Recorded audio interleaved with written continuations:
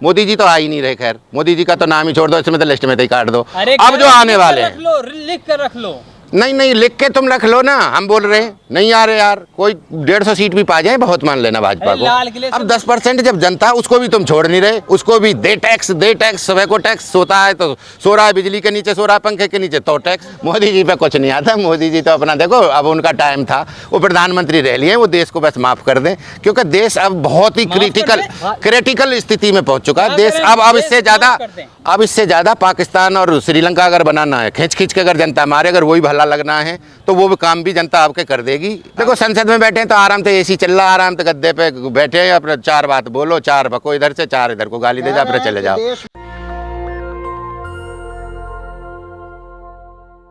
प्रधानमंत्री मोदी लाल किले से जब भाषण दे रहे थे तो उन्होंने कहा कि ये अभी 24 में जब चुनाव होगा, उसके बाद जब अगली बार फिर इसी लाल किले से आकर के शौर्य गाथा लिखूंगा और बताऊंगा लोगों को शौर्य गाथा। नहीं, लोगों को एक बात तो बताओ, ये जो प्रधानमंत्री और ये नहीं समझ रहे, चाहे इंडिया वाले चाहे इंडिया वाले, ये कब तक बेवकूफ़ समझते रहेंगे, ये तो बताओ।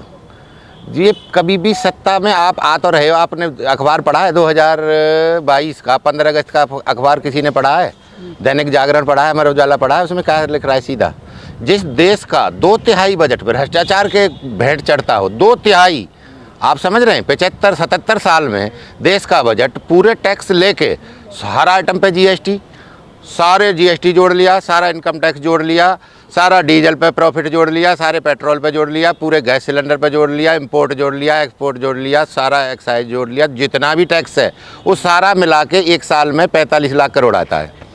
उस अखबार को आप पढ़ लेना, पूरी जनता पढ़ ले। देखो जनता हमारी विवेक है क्या कि अनभिज्ञ है, कुछ तो अनपढ़ तो है ही हैं। दूसरी बात, जो पढ़े लिखे हैं ना, उनको भी पता नहीं, क्योंकि उनका वो फील्ड नहीं है, उन्हें पता नहीं है। अब आपने देखा, एक उदाहरण दूंगा मैं अभी थोड़ी देर में आपको बताता हूँ कि देश का उस अखबार में सीधा सीधा लिखा हुआ है, पिछली साल का वो अखबार था, कि देश का 1 लाख करोड़ डॉलर, और वो ब्रिटेन की संस्था और हिंडनबर्ग वाली संस्था दोनों ने कंबाइंड एक सर्वे किया था।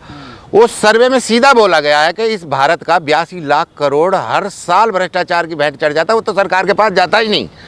अरे गले तो तुम सब कर रहे हो, गर्दन लाला के नार में माला तो सब डालना चाहते, हर आदमी प्रधानमंत्री को भाग रहा है। भैया एक यहाँ इंडिया गेट पे एक स्टेज लगवा लो, मोदी जी भी लगा लें, उसमें अखिलेश जी को बुलाओ, मायावती जी को बुलाओ, ममता जी को बुलाओ, शरद जी को बुलाओ, और सबको बुलाओ उसमें। और उसमें बुलाने के बाद में एक ओपन डिबेट हो जाए, जैसे क्या है अमेरिका में होती है, जैसे यूरोप के सारे कंट्रियों में होती है, जापान वगैरह में सब में होती है, तुम देख रहे हो ब्रिटेन वगैरह में। एक ऐसी डिबेट हो और उस डिबेट में सीधा सीधा उस सिस्टम को, उसी को भ्रष्टाचार का जो 82 लाख करोड़ जा रहा है, और आज मुझे वो लग रहा है कि 1 साल और बीत चुकी है, वो 90 लाख करोड़ के लगभग होगा। तमाम मुद्दों पे आएंगे, समझ रहे हैं? तो 45 लाख करोड़ टोटल बजट सारा हमारा 45 लाख करोड़ का 1 साल में जो केंद्र की सरकार जो दे रही है, और उसका 90 लाख करोड़ भ्रष्टाचार है अलग से ही। आप ये बताओ, ये देश कब तक सर्वाइव करेगा?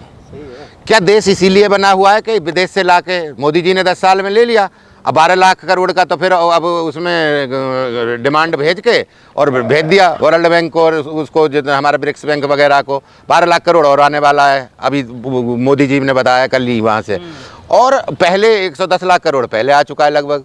तो ये एक बात बताओ, इस देश को कैसे कर्जे में डुबा के चले जाओगे? और बेशर्मी की हद तो तब हो जाती है कि जब आदमी दूसरे के पैसे को अपने में जोड़ कर इकोनॉमी को ये बता रहे हैं कि हमारी लार्जेस्ट 5th उसमें आ गई, जो हाईएस्ट 5th कंट्री है ना, तो हमारी अर्थव्यवस्था 5वें स्थान पर पहुंच गई सारे देशों में। अरे पहुंचेगी तो जब तो तेरे पे 2 लाख करोड़ रुपए हैं, और 2 लाख करोड़ तूने मेरे ले लिए, 4 लाख करोड़ तूने ले लिए, तो 3 लाख करोड़ वाले थे, तू तो मालदार हो ही गया अपने आप ही, 5वें नंबर पर तो पहुंच ही गया।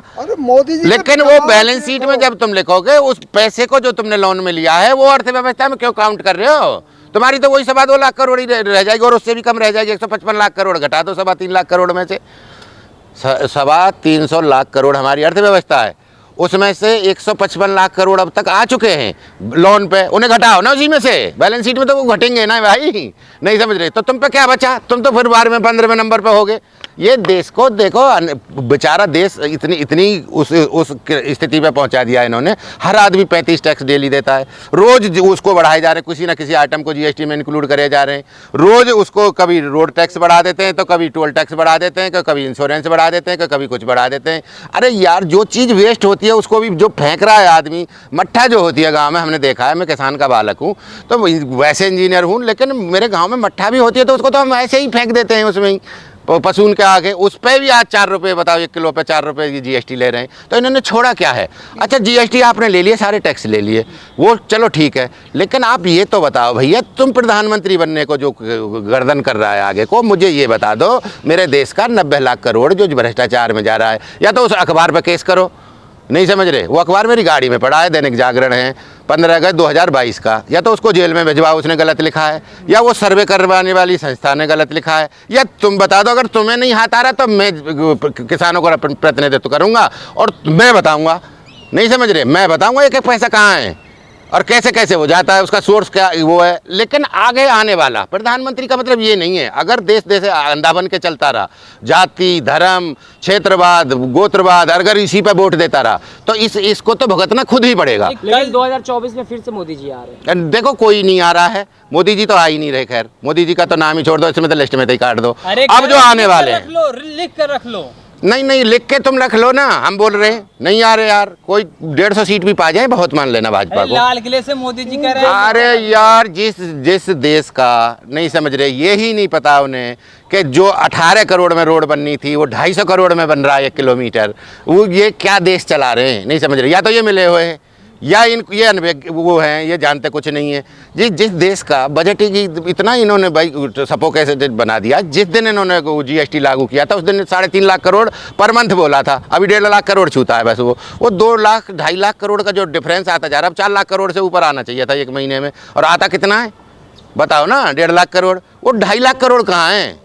ये इनको कोई मतलब नहीं है। संसद में आ रहे हैं, कोई अपने कॉलेज बना रहा है, कोई अपनी उसको संस्थान को बढ़ाए चले जा रहा है, कोई अपने जितने भी बच्चों को अपना एजुकेटेड कर रहा है, कोई अपनी फैक्ट्री लगा रहा है, कोई इंडस्ट्री लगा रहा है। ये जनता को ना, ऊपर वाले हाईएस्ट 4-5 हज़ार लोग हैं, ये ही पूरा देश को वो कर लेंगे, कैप्चर कर लेंगे। ना किसी पे धन रहेगा ना, और जो टैक्सेज हैं, जो रेवेन्यू हैं, उनमें इनका कोई योगदान होता नहीं है। क्योंकि जब जो चीज़ वो ले लेते हैं और उस पर वो अपना खुद ही बैलेंस शीट जब बनवाते हैं उसमें सारा दिखा के। लाल किले से जो भाषण दिए प्रधानमंत्री ऐतिहासिक, यार वो कोई भाषण, ऐसा था भाषण कुछ नहीं है। अनपढ़ आदमी देखो, जितनी उनकी एजुकेशन है उसके हिसाब से उसी लेवल में उनका लेवल वही रहता है। भाषण कोई भी हो, उन्होंने जितनी योजना आज से पिछली 9 सालों में चलाई थी, कौन सी? वो गोदी में से उतरा विकास की नहीं उतरा अभी भी? जो 5-5 गांव एमपी ने लिए थे, कितने गांव हो गए अब तक? 50 गांव। कोई भी लोकसभा ऐसी बता दो जिसमें 50 गांव विकसित हो गए हों पूरे, जिनको गोद में लिया था, गोद ले रखा है। वो 100 स्मार्ट सिटी बन गई होंगी, अब कितनी बन गई होंगी अब तक? तो स्मार्ट सिटी का बताना, कौन सी बनी स्मार्ट सिटी? रुक जाओ। स्वच्छ भारत चलाया, कितना बन गया स्वच्छ भारत? कितना स्वच्छता आ गई? कोई आई? कोई चेंज लग रहा है तुम्हें स्वच्छता में? बात वो नहीं है। काम ये लाते हैं शुरू, make in India, made in India. कितने मेड इन इंडिया है? सारे तो बाहर विदेश से खरीदे जा रहे हो। मौका और दो, सारी समस्याएं हल हो जाएंगी। भाई क्या नाम है बीके भाई, हमारे से मौका तो देखो हमारे हाथ में तो है नहीं। सोचना उस जनता को है, और जनता को सोचना नहीं है। जनता को अब टाइम नहीं है। देखो नेताओं पे तो टाइम है, उनकी तो मस्ती है। देखो संसद में बैठे हैं तो आराम से एसी चल रहा, आराम से गद्दे पे बैठे हैं, अपने 4 बात बोलो, 4 बको इधर से, 4 इधर को गाली दे जा, फिर चले जाओ घर जाके। नहीं, यहाँ परिवारवाद पार्टी, परिवारवाद तो देखो इनमें तो है। जब इनमें नहीं है क्या परिवार? इनका मोदी जी का कोई भी तो एक भी मंत्री तो ऐसा नहीं है जिसका लड़का या इसमें ना हो, या जिनके फादर न रहे हों। समझ रहे हो? वो ऐसा कुछ भी नहीं है। ये तो वो बकवास करने वाली बात है। वो सब पूरा देश जानता है कि सारे परिवारवादियों को तो तुम अपने साथ ले लेते हो। परिवारवाद पे हमला उन्होंने बोला लाल किले से। जब भ्रष्टाचार तुम जानते ही नहीं यार, तू कैसे भ्रष्टाचार पकड़ लेगा भाई? तू क्या जानता है? तू एक बात बता भाई, तू ही बता दे, तू भ्रष्टाचार किस चीज़ में पकड़ लेगा? तू पुल में पकड़ लेगा, तू रेलवे में पकड़ लेगा, तू मेट्रो में पकड़ेगा, तुझे यही नहीं पता चलेगा? क्या क्या पकड़ लेगा? तू कोई इंजीनियर है, कोई एस्टिमेट? सब पकड़ लेंगे, अरे वे दूरदर्शी हैं। मोदी जी पे कुछ नहीं आता। मोदी जी तो अपना देखो, अब उनका टाइम था, वो प्रधानमंत्री रह लिए, वो देश को बस माफ कर दें, क्योंकि देश अब बहुत ही क्रिटिकल स्थिति में पहुंच चुका है देश। अब इससे ज़्यादा पाकिस्तान और श्रीलंका अगर बनाना है, खींच खींच के अगर जनता मारे, अगर वही भला लगना है तो वो भी काम भी जनता आपके कर देगी। अब इसको भी आप देख लें, अगर ढंग का आदमी 2024 के चुनाव में कोई एजुकेटेड विद एक्सपीरियंस्ड अगर आदमी नहीं पहुंचा, नहीं समझ रहे, तो ये देश की वो गति होने वाली है। आप दूसरे बराबर वाले जो देशों से सबसे तुलना कर लेना, इतनी महंगाई आने वाली है, इतनी बेरोजगारी, इतना वो आने वाला है। देखो को तीसरी अर्थव्यवस्था दुनिया में बनाने, मैंने बताना दिया, तीसरी अर्थव्यवस्था बनाने वाले हैं, लोन ला के वहाँ में जोड़ दे, उसको अर्थव्यवस्था तो बनी जाएगी अपने आप ही। तू दूसरे पे तो पैसा लोन पे तला के अपने हम दिखा दे। अरे यार बाबरे की बताओ इस बात को तो। बनाओगे मोदी जी नहीं तो फिर कौन? क्या फ्लाइंग किस करने वाले? अरे मैंने बोला है ना, ओपन डिबेट करो। जिसने अपने भारत माता से प्यार करता हो, जो नेता, जो पार्टी, उसको कसम खानी चाहिए इस धरती माता की कि हाँ मैं अपनी तरफ से भेज रहा हूँ। और जितने भी बर्निंग पॉइंट हैं देश के, जितने भी 12-14 बर्निंग पॉइंट हैं, देखो एजुकेशन है, देखो वो मेडिकल है, तीसरा इंफ्रास्ट्रक्चर है, एनवायरनमेंट है, पॉल्यूशन है, पॉपुलेशन है, और ये जितने भी 10-12 पॉइंट हैं, बर्निंग पॉइंट हैं जो देश के, महंगाई है, बेरोजगारी है, नहीं समझ रहे, इनको सब एक एक चीज़ पे डिबेट करें। हम तो ये कह रहे हैं कि सब आओ, हमारा मकसद ये नहीं है, कोई भी जिसको भी लगता हो, कोई इंजीनियर है।